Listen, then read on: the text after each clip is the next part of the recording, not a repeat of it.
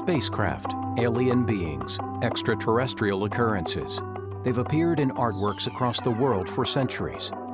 Some people say they have left us, other people say they never went away at all. They look like creatures piloting craft of some kind. We have to look at it with new eyes and say, hey, this is an unexplained mystery. From the Egyptians through the Renaissance to the art of today.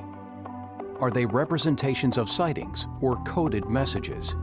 Either way, they are unexplained.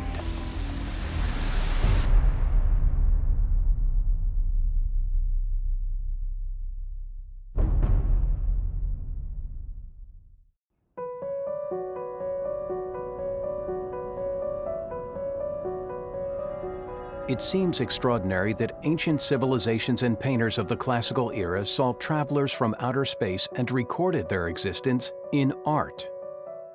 But time and time again, we see what appear to be spacecraft popping up. So what are these mysterious flying objects, and where do observers believe they have come from? UFOs are, well, technically unidentified flying objects. They are essentially any mysterious or unknown object that we see in the sky that we just don't know how to explain. As far back as we have records, people have always looked up into the sky and seen things that they didn't know what they were. That doesn't mean that they're all from another planet. It doesn't mean that they're an alien intelligence. It's only relatively recently there's been this automatic link between UFOs and extraterrestrials. But now that's a jump that people make very, very readily. We are definitely more comfortable, it seems, if you could say, with aliens than perhaps when the radio broadcast of H.G. Wells' War of the Worlds came out in the 30s. That shocked everyone. Nowadays, if they said an alien landed in Times Square, perhaps people, sort of shrug it off or accept it. Those strange things in the sky tell us many, many things, some of which we're only beginning to really properly understand now. But why have these spacecraft appeared to civilizations right from the very ancient times? Some of the oldest paintings that appear to show non-earthly creatures were found in Kimberley, Australia, and even older, some 10,000 years old, are the recently discovered rock paintings of Chhattisgarh, India. When you look at these paintings, they don't look extremely old. They look incredibly well preserved.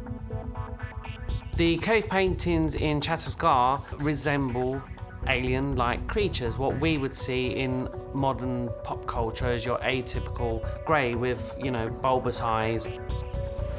They only have 4 digits on their hands and 3 digits on the toes of the one particular alien-looking character. The other is of what some would say is an alien in a spacesuit. The beings are definitely alien-looking. Like, they don't have identifiable noses and mouths. One of them's holding what looks like a device or maybe a weapon. There were people living in that part of India, but this was before there was any human writing. There is a legend in Charama of the Rahina people. They always take 1 or 2 of the villagers with them, and they're never seen again. If we are looking at a real event here, it will change life as we know it on this earth, because we would have made contact. We would have actual evidence and proof of contact.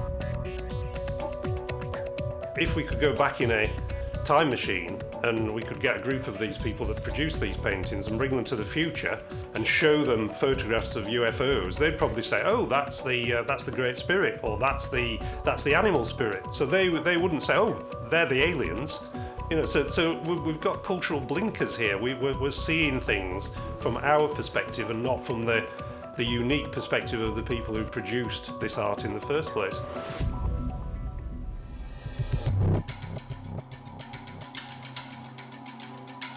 Hieroglyphs found in temples have been interpreted as out-of-place artifacts depicting helicopters, as well as other examples of modern technology.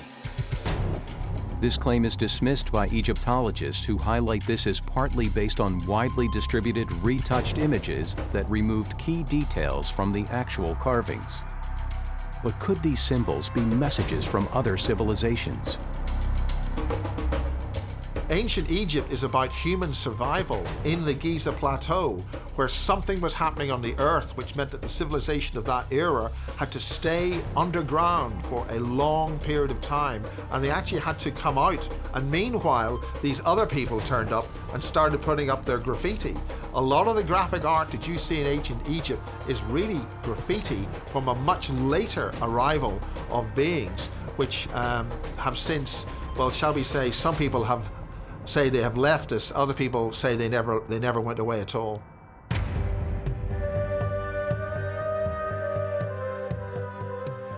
In the Balkans country of Serbia, the beauty and uniqueness of fresco art in the monastery of Visoki Dekani make many believe that these extraordinary paintings are strong evidence of the existence of aliens.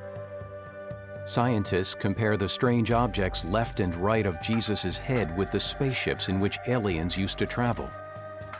There's an absolutely striking, amazing painting of the crucifixion, and you can see in little niches around the painting what appear to be, to our eyes anyway, spacecraft of some kind that are piloted by human beings or saints or whatever they were supposed to be at the time.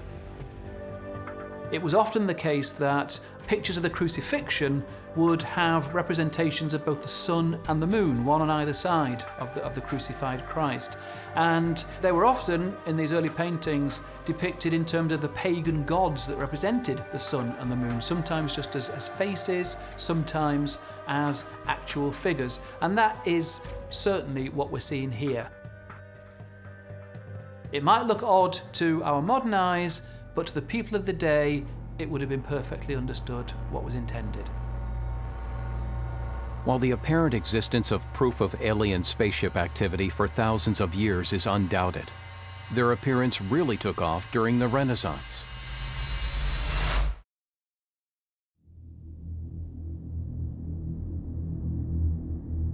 The Renaissance, a period of European cultural, artistic, political, and economic rebirth following the Middle Ages. During the 15th and 16th centuries, art began to flourish, and aliens, many say, began to reappear. Many ufologists believe the best proof of extraterrestrial existence is hidden in art from this time.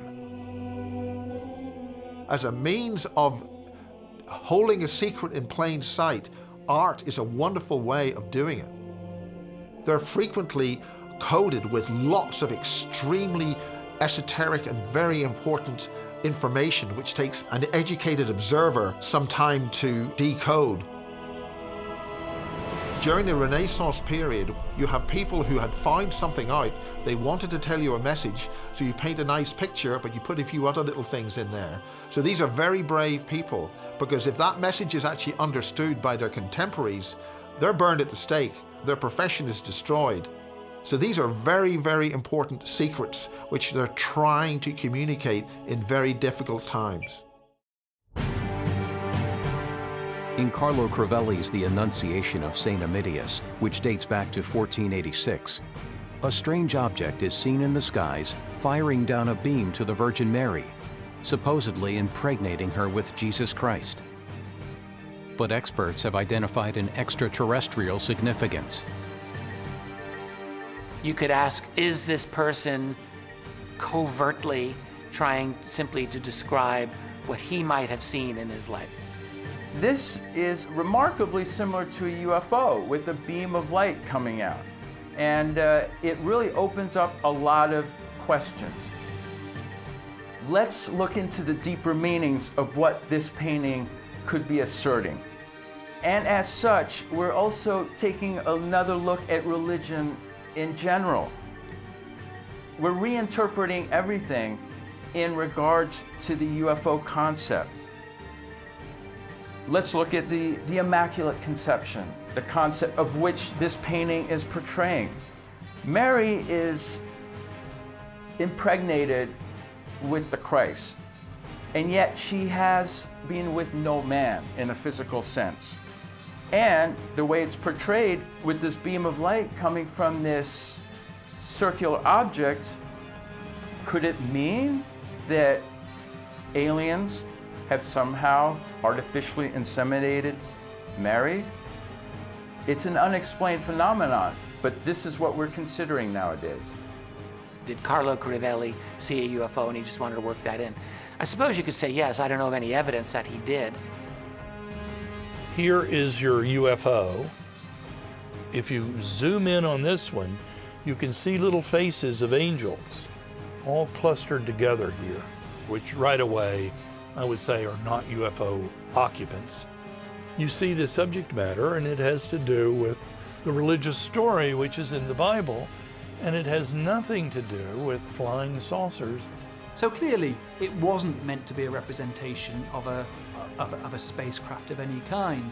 And whatever that beam is, if it's supposed to be some kind of, I don't know, laser beam or tractor beam like Star Trek, I don't know, whatever it's meant to be, it seems kind of a bit weird that it seems to have the aim of kind of planting that bird inside the Virgin Mary's head. Now, in terms of Christian iconography, that makes perfect sense because the dove was the symbol of the Holy Spirit. But did this masterpiece of the 15th century contain hidden messages? Despite the skeptics' views, doubt still remains. And further evidence of the imprint of extraterrestrial beings may be contained in a painting which hangs in the Hercules room of the Palazzo Vecchio in Florence, Italy. There's a painting from that era called the Madonna with Child and the Infant St. John. It's known locally as Madonna del UFO, the Madonna of the flying saucer. It's a very interesting painting, without a doubt. There is an object over her left shoulder, and it appears that it's in the shape of a metallic UFO. And you also see in the background, there's a man and a dog, and you can see that they're looking up at it.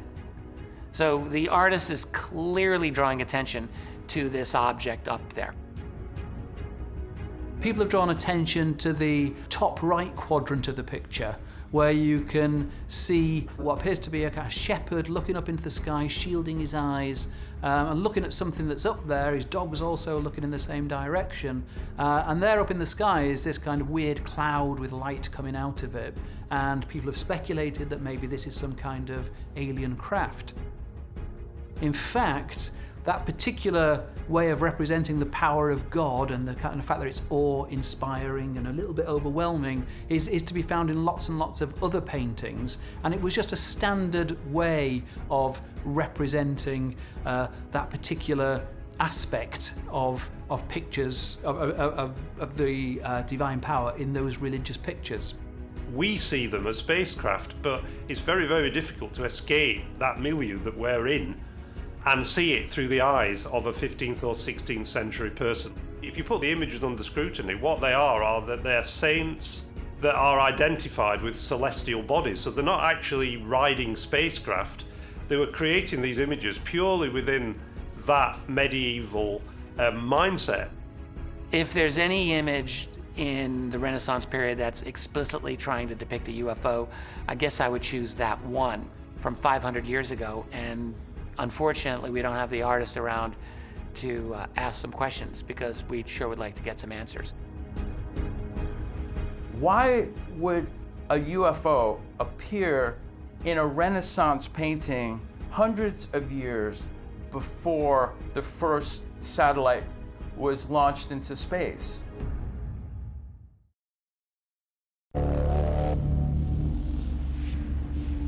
Scientists and art historians have long wondered about the appearance of spacecraft in the cave drawings of ancient civilizations, right up to the classical artworks of the Renaissance of the 15th and 16th century Europe.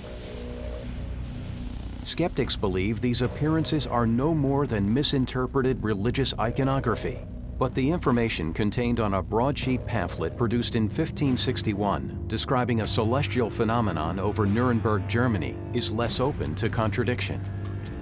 When you look at the relief of what was actually done in the woodcut, it does look phenomenal. It looks like, a scene from Star Wars. Witnesses say they see these cylindrical shapes, star shapes, discs whizzing around the sky.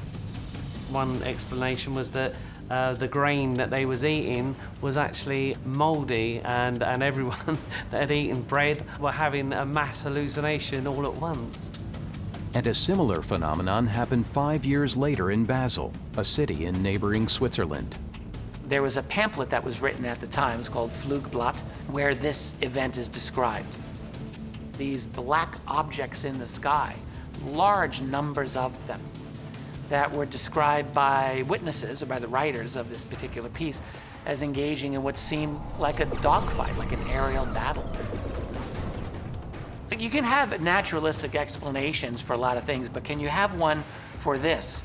At the dawn of August 7th, we saw large black spheres coming and going with great speed and precipitation before the sun, and chattered as if they led a fight. Many of them were fiery red and soon crumbled and then extinguished. That's a very explicit description. The tales of extraterrestrial appearances aren't confined to Western art. In Japan, stories abound about the appearance in 1803 of a round vessel which drifted ashore on the Japanese coast. A beautiful woman emerged, wearing strange clothing and carrying a box. There were a series of artwork that came out from different independent sources in the southern part of Japan, depicting an object which the Japanese refer to as the Utsuro Buno. These were painted by Japanese craftsmen and artists in the industrial age. And in light of current modern revelations, we have to look at it with new eyes and say, hey, this is an unexplained mystery that we should look into further. There's a saucer-shaped object, and it has washed up on the shore. And emerging out of the UFO is a woman, usually a Caucasian type of looking woman. That is not inconsistent with a race of alien beings which have remarkably similar features as Caucasian humans. That would fall under an alien category known as the Aryans. And they live in a nearby galaxy.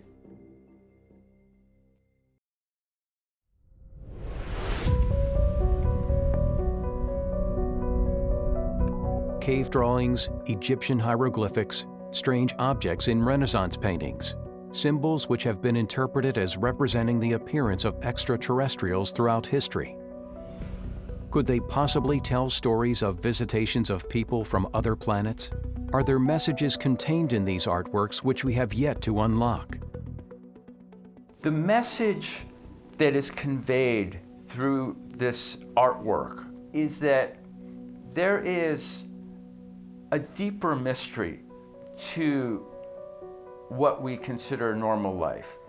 There are profound powers at play. Something is going on this planet. It might have been going on for a long time. We are only learning bits and pieces of this as we also grow. There have been moments in history, in time, that have been captured by indigenous people, by incredible witnesses. I can't see why people from 10,000 years ago couldn't capture a moment on a wall of what they actually saw.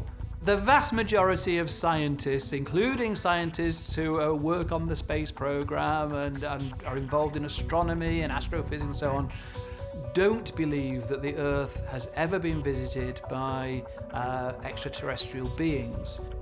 But while there is no consensus, there is still a body of opinion which is as yet not prepared to discount the possibility of the connection between art and science. People have always seen things in the sky, and they've always interpreted them in some kind of religious or supernatural context. That isn't nonsense. It's part of human culture and human folklore, and it deserves to be studied and interpreted. But it's the interpretation that is the problem. That's not to say that we necessarily don't think there's life out there. There may well be life out there, but the distances involved between the stars and between planetary systems is so vast that even if there is life out there, it may never actually make physical contact with us. It'd be so exciting if it did, but I think to date we don't have any evidence that it actually has.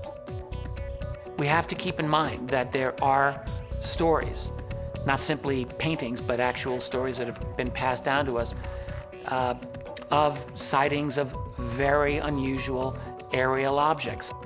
Human beings were not in the air at that time. Now, are all of those stories reliable? A lot of them aren't probably reliable. But the fact is that there are a lot of these stories, and some of them don't strike one as simply figments of the imagination. So I leave it open, and I think when you look at these artistic renderings, you've got to keep that in mind as well. I believe that it is still unexplained, but it sure isn't an open and shut case.